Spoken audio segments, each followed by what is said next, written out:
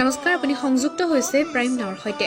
তিৱা স্বায়ত্ত পৰিষদৰ ২২ নং পুখুৰীপাৰ সমষ্টিত বিজেপি নেত্ৰী বিশ্বজ্যোতি পাটৰৰ জয়লাভ।